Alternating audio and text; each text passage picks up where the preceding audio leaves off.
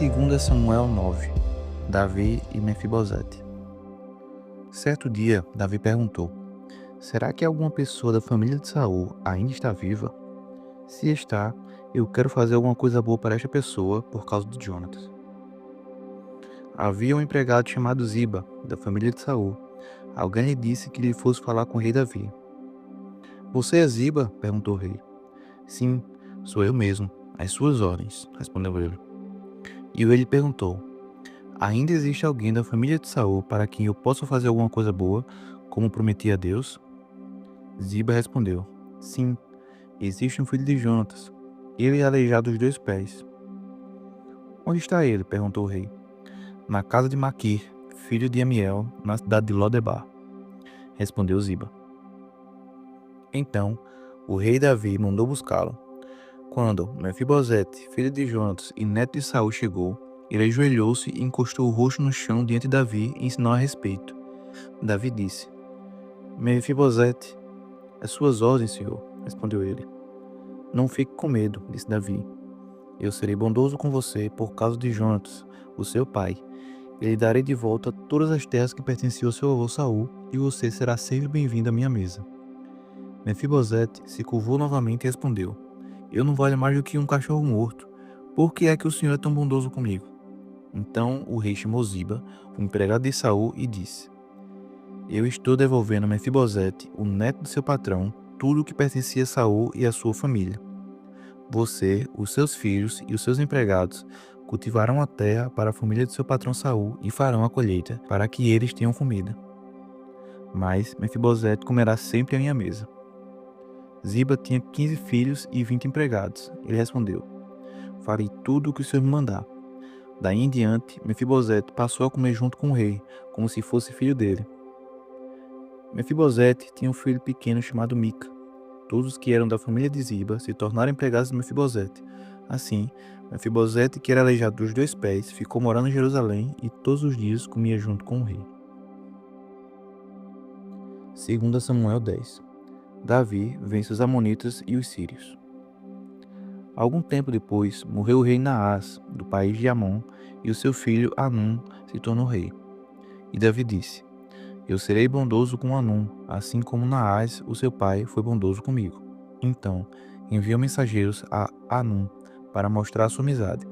Porém, quando os mensageiros chegaram à cidade de Rabá, as autoridades amonitas disseram ao seu rei: o senhor pensa que é uma honra do seu pai que Davi enviou estes homens para mostrar amizade? É claro que não. Eles mandou aqui como espiões, a fim de conhecer a cidade para poderem destruí-la. Então, Anum pegou os mensageiros de Davi, rapou um lado da barba deles, cortou as suas roupas até a altura das nádegas e os mandou embora. Quando Davi soube disso, enviou outros mensageiros para se encontrar com eles, porque eles estavam muito envergonhados. Davi mandou-lhe dizer que ficasse na cidade de Jericó e que só voltasse quando as suas barbas tivessem crescido de novo.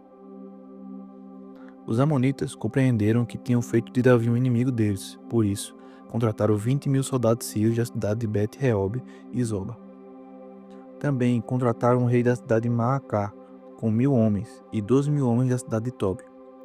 Davi soube disso e enviou contra eles Joabe com todos os melhores soldados do exército israelita. Os amonitas saíram e tomaram posição na entrada da cidade de Rabá, enquanto os outros, os sírios de Zoba e de Reob e os homens de Tobi e de Maacá, tomaram a posição em campo aberto. Joabe viu que as tropas inimigas os atacariam pela frente e por trás, então escolheu os melhores soldados de Israel e os colocou de frente para os sírios. Deixou o resto das suas tropas sob o comando do seu irmão Abissai, que colocou de frente para os amonitas. E Joabe disse a Abissai: se você perceber que os sírios estão me vencendo, venha me ajudar. E se os amonitas estiverem vencendo você, eu irei ajudá-lo. Seja corajoso. Vamos lutar com firmeza pelo nosso povo e pela cidade do nosso Deus. E que seja feita a vontade de Deus, o Senhor. Então, Joabe e seus soldados avançaram para atacar, e os sírios fugiram. Os amonitas viram os sírios fugindo, então também fugiram de Abissai e voltaram para dentro da cidade. E Joabe parou de lutar contra os amonitas e voltou para Jerusalém. Quando os sírios viram que tinham sido vencidos pelos israelitas, reuniram de novo todas as suas tropas. O rei Hadadezer mandou chamar os sírios que estavam no lado do leste do rio Eufrates. Então eles foram até a cidade de Elã. Na frente deles ia Zobaque, o comandante do exército de Hadadezer. Quando Davi soube disso, reuniu as tropas israelitas, atravessou o rio Jordão e marchou para Elã. Lá, os sírios tomaram posição de frente para os israelitas. A luta começou e os israelitas fizeram os sírios fugir. Davi e os seus soldados mataram 700 soldados que guiavam carros de guerra e 40.000 cavaleiros sírios. Feriram também Zobaque, o comandante inimigo que morreu ali no campo de batalha. Quando os reis que eram chefiados por Hadadezer viram que tinham sido vencidos pelos israelitas, fizeram paz com eles, ficando debaixo do seu poder. E os sírios ficaram com medo de ajudar de novo os amonitas. Daniel 5. O banquete do rei Belsazar. Certa noite, o rei Belsazar da Babilônia deu um banquete, convidou 1000 autoridades do país e começou a beber vinho com os convidados. Depois de beber bastante, mandou que trouxessem os copos de ouro e de prata que Nabucodonosor, o seu pai, havia tirado do templo de Jerusalém. Belsazar queria os copos para que ele, os seus convidados de honra, as suas mulheres e as suas concubinas os usassem para beber vinho. Trouxeram os copos de ouro e todos começaram a beber vinho neles e a louvar os deuses de ouro, de prata, de bronze, de ferro, de madeira e de pedra. De repente, apareceu a mão de um homem e ela começou a escrever na parede branca do salão do banquete, num lugar iluminado pela luz do candelabro. Ao ver a mão, o rei não sabia o que pensar, ficou pálido de medo e começou a tremer da cabeça aos pés. Depois, gritando, ordenou que chamassem os adivinhos, os sábios e os astrólogos. Logo que eles chegaram, Belsazar disse: Aquele que ler o que está escrito na parede e me explicar o que quer dizer será vestido com roupas de púrpura, receberá uma corrente de ouro para pôr no pescoço e será a terceira autoridade mais importante no meu reino. Todos os sábios entraram no salão, mas nenhum deles pôde ler o que estava escrito na parede, nem explicar ao rei o que aquilo queria dizer. O rei se assustou ainda mais, e o seu rosto ficou mais pálido ainda. E nenhuma das altas autoridades sabia o que fazer. Então a rainha-mãe, que tinha ouvido os gritos do rei e dos seus convidados de honra, entrou no salão e disse ao rei: Que o rei viva para sempre. Não se assuste nem fique pálido assim, pois aqui no seu reino há um homem que tem o espírito dos santos deuses. Quando Nabucodonosor, o seu pai, era rei, esse homem provou que era ajuizado, inteligente e sábio, tão sábio como os deuses. O rei Nabucodonosor pôs esse homem como chefe dos sábios, adivinhos, feiticeiros e astrólogos. Pois Daniel, esse homem a quem o rei deu o nome de Beltesazar, pensa com muita clareza. Ele é sábio e inteligente e pode interpretar sonhos, explicar coisas misteriosas e resolver assuntos difíceis. Portanto, chame Daniel e ele explicará o que está escrito na parede. Daniel explica as palavras misteriosas. Levaram Daniel até a presença do rei e este perguntou: Você é mesmo aquele Daniel, um dos judeus que o meu pai, o rei Nabucodonosor, trouxe de Judá como prisioneiros? Já me disseram que o espírito dos deuses está em você e que você pensa com muita clareza e é muito inteligente e sábio. Há pouco estiveram aqui os sábios e os astrólogos, que eu mandei chamar para que lessem as palavras que estão escritas na parede e me explicassem o que elas querem dizer. Porém, eles não puderam dar nenhuma explicação. Mas alguém me disse que você pode explicar mistérios e resolver assuntos difíceis. Portanto, se você puder ler o que está escrito e me explicar o que quer dizer, você será vestido com roupas de púrpura, receberá uma corrente de ouro para pôr no pescoço e será a terceira autoridade mais importante do meu reino. Daniel respondeu: O Senhor pode ficar com os seus presentes ou então dá-los a outra pessoa. Mesmo assim, eu vou ler as palavras que estão escritas na parede e vou explicar ao Senhor o que elas querem dizer. Ó Rei, o Deus Altíssimo deu o reino ao seu pai, o rei Nabucodonosor, e lhe deu também poder, glória e majestade. O poder que Deus lhe deu era tão grande que todos os povos do mundo tremiam de medo na presença dele. Se ele queria, matava uma pessoa, ou, se queria, deixava que vivesse. elevava uns e rebaixava outros, mas ele ficou tão vaidoso, tão teimoso e tão cheio de si que foi derrubado do poder e perdeu toda a sua glória. Foi expulso do meio dos seres humanos, perdeu o juízo e agia como um animal. Morava com jumentos selvagens, comia capim, como os bois e dormia ao ar livre, ficando molhado pelo sereno. Isso durou até que ele reconheceu que o Deus Altíssimo domina todos os reinos do mundo e coloca como rei quem ele quer. E o Senhor, ó rei Belsazar, filho de Nabucodonosor, sabia de tudo isso, mas mesmo assim não tem sido humilde. Pelo contrário, o Senhor desafiou o rei do céu e mandou trazer os copos que foram tirados do templo dele, a fim de que o Senhor, os seus convidados de honra, as suas mulheres e as suas concubinas bebessem vinho neles. Além disso, o Senhor deu louvores a deuses de prata, de ouro, de bronze, de ferro e de madeira e de pedra, que não veem, não ouvem e não sabem nada. Mas o Senhor não deu glória a Deus, aquele que tem o poder de matar ou deixar viver e que decide tudo o que acontece com o Senhor. É por isso que ele mandou essa mão escrever na parede essas palavras: Mene, Mene, Tekel e Parsim. E agora a explicação. Mene quer dizer que Deus contou o número dos dias do reinado do Senhor e resolveu terminá-lo.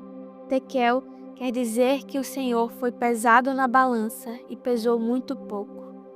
Pérez quer dizer que o seu reino será dividido e entregue aos medos e aos persas. Aí o rei Belsazar mandou que vestissem Daniel com roupas de púrpura, pusessem uma corrente de ouro no seu pescoço e anunciassem que dali em diante ele seria a terceira autoridade mais importante do reino da Babilônia. Naquela mesma noite, Belsazar, o rei da Babilônia, foi morto, e Dário, o rei do país da Média, que tinha 62 anos de idade, começou a reinar no seu lugar. Marcos 4. O semeador. Jesus começou a ensinar outra vez na beira do lago da Galileia. A multidão que se ajuntou em volta dele era tão grande que ele entrou e sentou-se num barco, perto da praia, onde o povo estava. Jesus usava parábolas para ensinar muitas coisas. Ele dizia: Escutem, certo homem saiu para semear e, quando estava espalhando as sementes, algumas caíram na beira do caminho, e os passarinhos comeram tudo.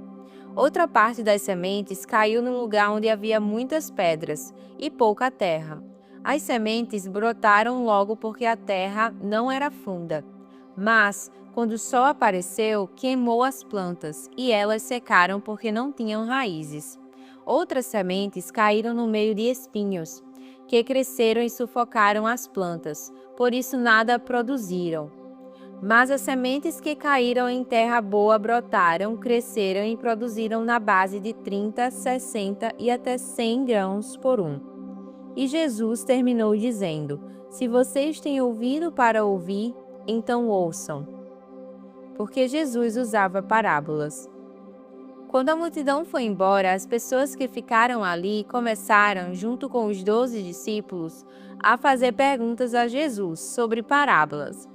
Jesus disse a eles: A vocês Deus mostra o segredo do seu reino, mas para os que estão fora do reino, tudo é ensinado por meio de parábolas, para que olhem e não enxerguem nada, e para que escutem e não entendam, senão eles voltariam para Deus, e eles os perdoaria. Jesus explica a parábola do semeador. Então Jesus perguntou: Se vocês não entendem essa parábola, como vão entender as outras? E continuou: O semeador semeia a mensagem de Deus. Algumas pessoas que a ouvem são como as sementes que caíram na beira do caminho. Logo que ouvem, Satanás vem e tira a mensagem que foi semeada no coração delas. Outras pessoas são como as sementes que foram semeadas onde havia muitas pedras. Quando ouvem a mensagem, elas aceitam logo com alegria, mas depois de pouco tempo, essas pessoas abandonam a mensagem porque ela não criou raízes nelas. E, quando por causa da mensagem chegam os sofrimentos e as perseguições, elas logo abandonam a sua fé. Ainda outras são parecidas com as sementes que foram semeadas no meio dos espinhos. Elas ouvem a mensagem, mas, quando aparecem as preocupações deste mundo, a ilusão das riquezas e outras ambições, estas coisas sufocam a mensagem e ela não produz frutos. E existem aquelas pessoas que são como as sementes que foram semeadas em terra boa. Elas ouvem e aceitam a mensagem e produzem uma grande colheita, umas 30, outras 60 e ainda outras 100 vezes mais do que foi semeada.